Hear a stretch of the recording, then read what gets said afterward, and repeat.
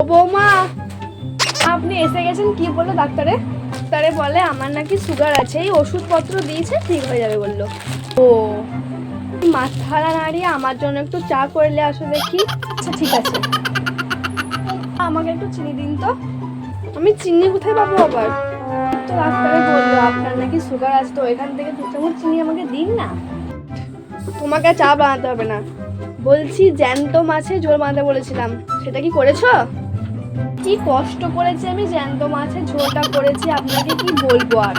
যখনই কিছু কষ্ট করে করো তখনই আমার যে কি কষ্ট হয় খেতে, ওটা আমিই জানি একমাত্র। এখন আমি মাগুর মাছগুলোকে কাটতে গিয়েছিলাম না, মাছগুলো তো মরে যাচ্ছিল, তাই আমি জ্যান্ত মাছের ঝোলটা কি করে করবো, সেই জন্য আমি একটা কাজ করেছি। কি কাজ করেছো বৌমা? আমি না ঝোলটাকে আলাদা করে দিয়েছি আর মাছগুলোকে বালতিতে রেখে দিয়েছি। আপনি যখন খেতে বসবেন তখন বাটিতে ঝোল দেবো, দিয়ে ওর মধ্যে একটা মাছ দিয়ে দেবো, বলে তো আপনার জ্যান্ত মাছের ঝোল খাওয়া হয়ে যাবে।